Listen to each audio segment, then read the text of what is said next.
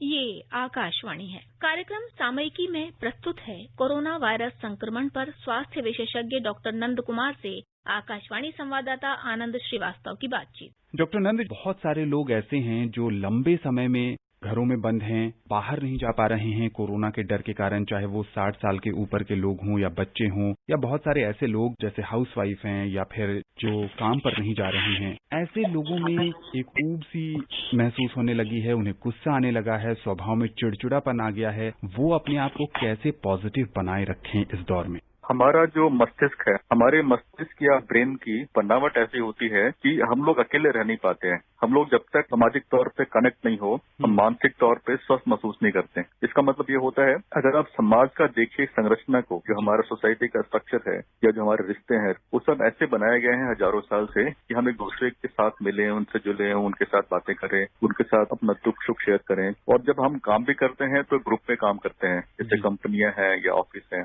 तो ब्रेन की बनावट ऐसी है कि ब्रेन सोसाइटी में रहने के लिए बना है। तो जब भी ये हम सोसाइटी से हट के जब भी हम बिल्कुल अकेले हो जाएंगे, अकेले का मतलब होता है कि एक तो अपने आप में अकेला होना, दूसरा है एक समाज से बिल्कुल कट जाना। दोनों एक तरह का अकेलापन ही है। तो ये स्वाभाविक तौर पे चिड़चिड़ापन, एकांत या लोनलीनेस हम लोग बोलते हैं, वो लगता है। घबराहट होती है, बेचैनी होती है, नींद नहीं आती है। हम लोग देखते हैं कि एक लेथार्जी से लगती है, कुछ करने का मन नहीं करता है, चल रहा है ठीक है। या कभी कभी इतनी घबराहट होती है, लगता है कि तुरंत बाहर निकल जाए। और उसमें बहुत बार ऐसा होता है कि हम बाहर निकलते हैं तो सुरक्षित जो हमारा व्यवहार होना चाहिए, हम जो उस तरह की सुरक्षा हमें अपनाना चाहिए किसी बीमारी से बचने के लिए, खास करके कोविड-19 से, वो हम अक्सर नहीं कर पाते हैं। तो ऐसे में क्या आप सुझाव देंगे श्रोताओं को कि वो किस तरह सकारात्मक बनाएं? मैं ये कहना चाहूंगा कि उसको इस तरह देखें जी कि शुरुआत में बहुत ही कड़ा लॉकडाउन था, सरकार ने लगाया था। उसके बाद लॉकडाउन जब धीरे धीरे खत्म हुआ तो अनलॉकिंग की जो प्रक्रिया है वो शुरू हो चुकी है।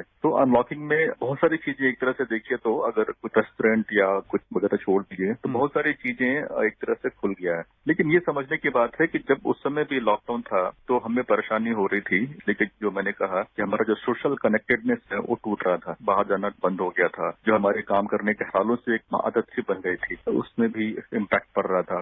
तो अब अनलॉकिंग की प्रक्रिया शुरू होने पे लोग धीरे धीरे बाहर निकलना शुरू कर रहे हैं। लेकिन ये समझने की बात है कि अगर कुछ जगह लॉकडाउन फिर से हो रहा है, और इसका मतलब ये साफ होता है कि जिम्मेवारी कहीं न कहीं हमारी है। इसलिए कि कोई भी बीमारी, महामारी, जैसे पैंडेमिक हम लोग बोलते हैं, कोई भी महामारी से बचने का जो सबसे प्रभावकारी तरीका होता है, इम्पैक्टफुल तरीका होता है, वो होता है अपने व्यवहार में परिवर्तन, दवाइयों के अलावा। और चूंकि इसमें कोई दवाई अभी तक है नहीं, वैक्सीन का इजाद होगा, कुछ दवाइयां हैं जो थोड़ा बहुत काम करती है, लेकिन हम बच सकते हैं अपने व्यवहार में बदलाव लाके। तो जितना हम अपने बिहेवियर को दुरुस्त करेंगे, उतना हम सख्ती से अपने साथ थोड़ा पालन करेंगे। जो हम लोग कहते हैं कि फिजिकली डिस्टेंस मेंटेन करना, मास्क पहन के जाना, हाथ पैर में सफाई रखना, हाथ धोना, कहीं अगर बाहर कुछ छूते हैं तो, बहुत छोटी छोटी चीजें हैं, कोई बहुत बड़ी बात नहीं है। यदि लोग इसको समझना शुरू करते हैं तो मेरे ख्याल से अनलॉकडाउन की प्रक्रिया और भी तेज हो सकती है और बहुत हद तक लॉकडाउन धीरे धीरे खत्म हो रहा है। अभी मेरे ख्याल से अधिक जिम्मेवारी की जरूरत है। देखिए, हम लोग देखते हैं कि अब लोग को लगता है कोविड नहीं हो सकता है, लेकिन अभी जो दिल्ली में सर्वे हुआ था उसमें देखा गया कि 20% लोग को कोविड हुआ, पता भी नहीं चला। एक तरह से ठीक है, अच्छी बात है, लेकिन इसका मतलब होता है आपने सावधानी बरता। उन लोगों ने बरता जिनको कोविड हुआ था, लेकिन एक वायरल लोड होता है जिससे वायरस की संख्या बहुत नहीं थी। क्योंकि आगे भी सावधानी बरतेंगे आप तो वायरल लोड कम होगा और आपको दिक्कत नहीं होगी। डॉक्टर नंद, जैसा कि आप कह रहे हैं कि देश के कुछ हिस्सों में अभी भी लॉकडाउन है, दूसरी जगहों पर अनलॉक की प्रक्रिया चल रही है, ऐसे में हमारी जिम्मेदारी बढ़ गई है। बहुत सारे लोगों का मानसिक स्वास्थ्य भी इन चीजों से प्रभावित होता है। आपको क्या लगता है, एक तरफ जहां रोग प्रतिरोधक क्षमता के बढ़ाने पर बहुत जोर दिया जा रहा है, इस समय इमोशनल इम्यूनिटी बूस्टअप की भी जरूरत है? बहुत ही सही शब्द का आपने इस्तेमाल किया, emotional immunity booster. Emotional immunity booster जो है, हम लोग कहते हैं रेजिलियंस, जो इलास्टिसिटी होती है उसकी तरह है। जैसे फिजिकल इम्यूनिटी होती है, इसी तरह का इमोशनल इम्यूनिटी होता है। मानसिक स्वास्थ्य की जहां तक बात है कि ये समझना पड़ेगा कि जिनका मानसिक स्वास्थ्य थोड़ा खराब हो सकता है, वो मैं भी हो सकता हूँ, आप भी हो सकते हैं, कोई भी हो सकता है। इसका मतलब ये नहीं कि वो मानसिक तौर पे बीमार है। इसका मतलब होता है कि उनको ये समझना है कि उनके जो मस्तिष्क पे फर्क पड़ा है, जिससे उनके सोचने के तरीके पे, उनके एहसास करने के तरीके फर्क पड़ा है। जैसे उदाहरण के तौर पे घबराहट अधिक होना, थोड़ी बेचैनी होना, अधिक डर लगना कोविड के बारे में कि मुझे हो जाएगा, नींद नहीं आना, या अभी मैंने थोड़ी देर पहले कहा, एक थका थका महसूस करना, मोटिवेशन खत्म हो जाना, एक उम्मीद नहीं रहना, ये भी एक तरह की मानसिक स्वास्थ्य की समस्या है। लेकिन ऐसा नहीं कि इसके लिए दवाई की ही जरूरत हो। जब तक ये समस्या बढ़ती नहीं है तो दवाई की जरूरत नहीं होती है उतना।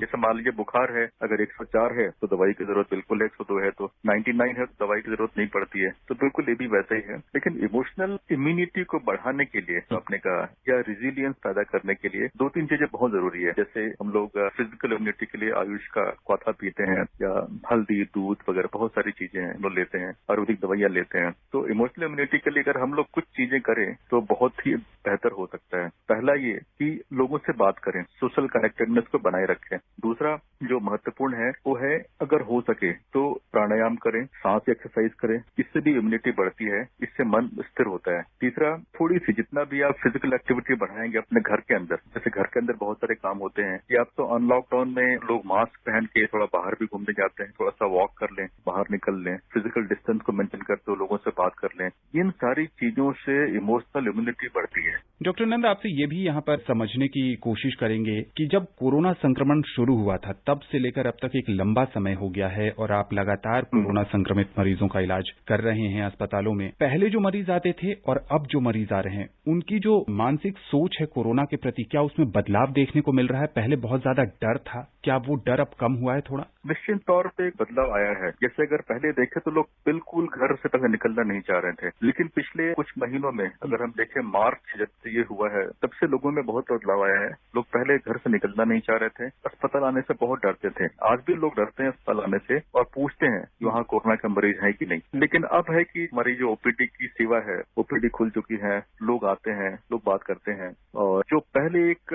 डर था, अगर बड़े लेवल पे देखा जाए तो उसमें कुछ कमी आई है कि हम लोग ऐसे भी लोगों को देख रहे हैं कि जिनको कोरोना हो चुका है और कोरोना होने के बाद उनके मानसिक स्वास्थ्य पे काफी फर्क पड़ता है। उसमें हम लोग ये देखते हैं बहुत ऐसे मरीज हैं जो कोरोना होने के बाद थका थका महसूस करते हैं, उनका थोड़ा सा आत्मविश्वास कम हो जाता है। जो एक पहले था कि नहीं कुछ पे मुझे कुछ नहीं हो सकता, तो सेल्फ कॉन्फिडेंस, आत्मविश्वास कम होता है, थकावट सी लगती है, जल्दी थक जाते हैं, चिड़चिड़ापन रहता है, इरिटेशन रहता है और कभी कभी डर भी रहता है कि फिर से वापस नहीं हो जाए। लोगों से उनका मिलना जुलना भी कम हो जाता है।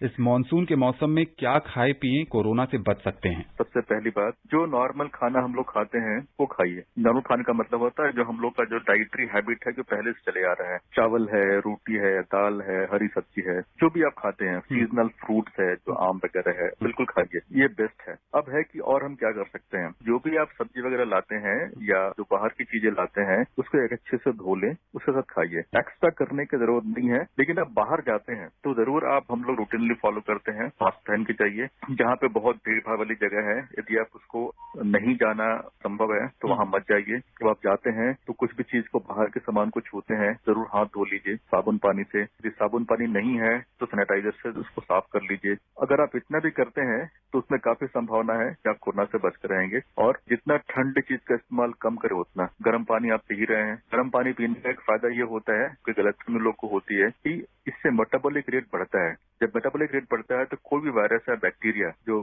बाहर से है, फॉरेन बॉडी होता है, बॉडी उसको मारने में अधिक एक्टिव होती है। जी बिल्कुल। जैसा कि बार बार हम इस कार्यक्रम के माध्यम से अपने श्रोताओं को बताते हैं कि आप ये मत समझिए कि आपको कोरोना नहीं हो सकता है। प्रधानमंत्री भी ऐसा अनुरोध कर चुके हैं। डॉक्टर नंद, जब से ये कोरोना संक्रमण शुरू हुआ है, लोगों के मन में वैक्सीन को लेकर कई जिज्ञासा जाग उठी है। क्या प्रक्रिया होती है, कितने दिनों तक ये प्रक्रिया चलती है और कब ये बाजार में आम लोगों के लिए उपलब्ध होगा?